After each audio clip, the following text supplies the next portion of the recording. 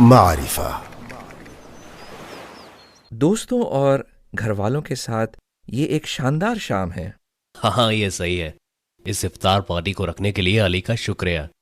حسام اور اکرام سے بات کر کے بہت خوشی ہوئی۔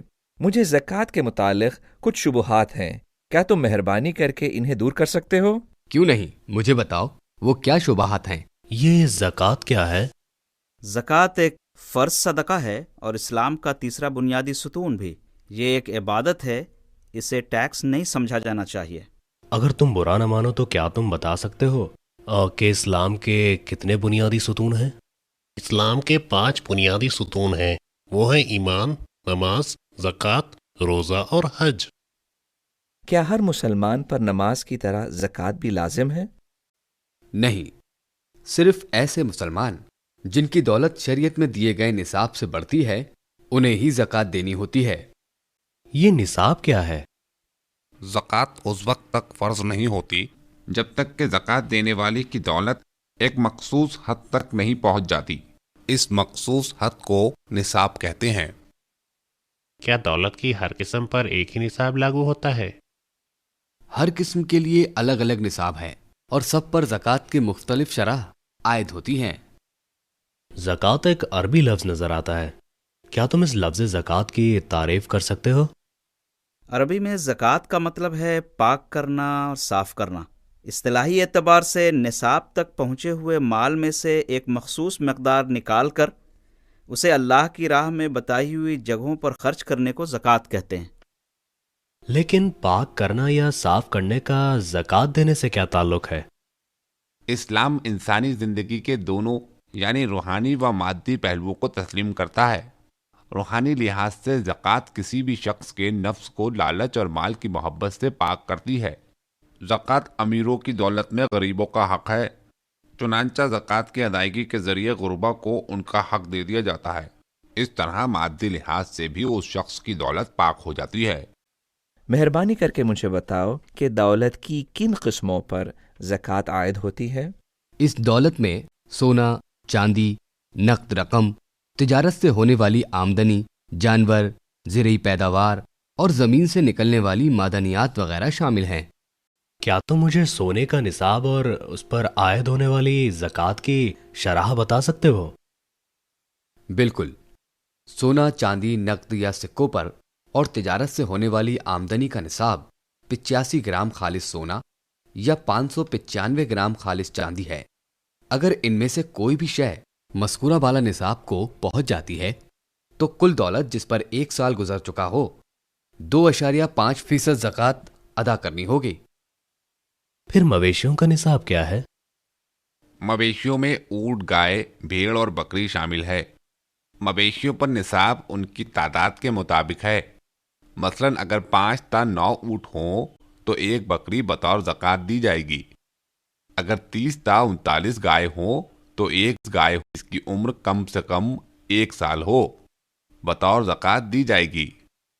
اگر 40 تا 120 بکریاں ہوں تو 1 بکری جس کی عمر کم سے کم 1 سال ہو بطور زکوٰۃ دی جائے گی۔ جیسے جیسے مویشیوں کی تعداد میں اضافہ ہوگا ان پر بطور زکوٰۃ دیے جانے والے مویشیوں میں بھی اضافہ ہوگا۔ زرعی پیداوار پر نصاب اور زکوٰۃ کا حساب کس طرح لگایا جا سکتا ہے؟ زرعی پیداوار کا نصاب 653 کلو گرام ہے۔ اگر زرعی پیداوار غیر آپاشی والی زمین سے ہو تو پیداوار کا 10% حصہ بطور زکوٰۃ دیا جائے گا، اور اگر یہ آپاشی سے ہو تو پیداوار کا 5% حصہ بطور زکوٰۃ دیا جائے گا، اور اگر یہ جزوی طور پر آپاشی والی زمین ہو تو پیداوار کا 7.5% حصہ بطور زکوٰۃ دیا جائے گا۔ کیا زمین پر زکوٰۃ عائد نہیں ہوتی؟ اچھا سوال ہے۔ ہاں، زیر زمین پر کوئی زکوٰۃ عائد نہیں ہوتی، لیکن اس سے ہونے والی پیداوار پر زکوٰۃ عائد ہوتی ہے۔ کرائے پر دی جانے والی زمین پر کوئی زکوٰۃ عائد نہیں ہوتی، لیکن اس سے حاصل ہونے والے کرائے پر زکوٰۃ عائد ہوتی ہے۔ تاہم اگر کوئی زمین تجارتی مقاصد کے لیے خریدی جائے تو 1 سال مکمل ہونے کے بعد اس زمین کی قیمت کا 2.5% بطور زکوٰۃ دینا ہوتا ہے۔ بانڈز، شیئرز اور بینک اکاؤنٹس پر زکوٰۃ کا کیا اصول ہے؟ شریعت سے مطابقت رکھنے والے بانڈز، شیئرز اور بینک اکاؤنٹس نقد یا نقد کے مماثل زمرے میں آتے ہیں۔ چنانچہ نقد پر عائد ہونے والا نصاب اور زکوٰۃ کی شرائح ان پر بھی عائد ہوگی۔ سودی بانڈز، شیئرز اور بینک کھاتے کی صورت میں اصل زر پر زکوٰۃ عائد ہوگی اور ملنے والا سود پورا کا پورا ثواب کی نیت کے بغیر صدقہ میں دے دیا جائے گا۔ تاہم اس بات کا مطلب یہ نہیں ہے کہ شریعت سودی بانڈز رکھنے کی اجازت دیتی ہے یا غیر شرعی سرگرمیوں میں سرمایہ کاری کی اجازت دیتی ہے۔ ان معاملات میں سرمایہ کاری شرعی لحاظ سے حرام ہے۔ کیا تم مہربانی کر کے بتا سکتے ہو کہ کمپنی کی پیداواری سرگرمیوں میں استعمال ہونے والے خام مال اور اشیاء کے متعلق زکوٰۃ کا کیا معاملہ ہے؟ ان اشیاء پر ان کی قیمت کا 2.5% حصہ بطور زکوٰۃ عائد ہوتا ہے۔ زکوٰۃ کتنے دنوں میں ایک مرتبہ دی جانی چاہیے؟ زکوٰۃ قمری کیلنڈر کے لحاظ سے حساب کر کے سالانہ ادا کی جاتی ہے، تاہم شمسی سال کے لحاظ سے حساب کر کے زکوٰۃ ادا کرنے کی بھی اجازت ہے۔ یہ قمری سال اور شمسی سال میں کیا فرق ہے؟ شمسی کیلنڈر کے برخلاف اسلامی کیلنڈر چاند کی بنیاد پر ہوتا ہے۔ قمری کیلنڈر کی بنیاد پر ایک سال میں 354 دن ہوتے ہیں، جبکہ شمسی کیلنڈر کے لحاظ سے ایک سال 365 دنوں کا ہوتا ہے۔ یہ بات ذہن میں رہے کہ اگر کوئی شمسی سال کے لحاظ سے زکوٰۃ دے رہا ہو تو اسے زکوٰۃ کی شرح 2.5% کے بجائے 2.57% کے حساب سے ادا کرنی ہوگی۔ کیا نصاب کے علاوہ بھی کچھ اور شرائط ہیں؟ زکوٰۃ اس دولت پر عائد ہوتی ہے جو مکمل طور پر زکوٰۃ دینے والے کے قبضے میں ہو۔ چنانچہ اگر دولت نصاب کی سطح کو پہنچ جاتی ہے اور اس طرح کی دولت کے قبضے پر ایک سال گزر جاتا ہے تب اس پر زکوٰۃ عائد ہوگی، سوائے ان صورتوں کے جن پر ایک سال کی مدت گزرنے کا اطلاق نہیں ہوتا۔ دولت کی وہ کون سی قسمیں ہیں جن پر ایک سال گزرنے سے اطلاق نہیں ہوتا؟ ان میں زرعی پیداوار، خزانے اور زمین سے حاصل ہونے والی معدنیات شامل ہیں۔ ان پر زکوٰۃ اس وقت عائد ہوتی ہے جب وہ حاصل ہو۔ ان قسموں میں وہ دولت بھی شامل ہے جو صاحب مال کے پاس دوران سال آئے اور جو نصاب تک پہنچے ہوئے جمع شدہ مال سے زیادہ ہو۔ کیا زکوٰۃ کا اصول پیغمبر محمد صلی اللہ علیہ وسلم کی زندگی میں ہی شروع ہوا؟ نہیں، زکوٰۃ کی شروعات تو اس سے بہت پہلے ہوئی۔ قرآن مجید کے مطابق حضرت ابراہیم علیہ السلام، حضرت یعقوب علیہ السلام، حضرت اسماعیل علیہ السلام، حضرت موسیٰ علیہ السلام اور حضرت عیسیٰ علیہ السلام جیسے جلیل القدر پیغمبران کے دور میں بھی زکوٰۃ کا حکم تھا۔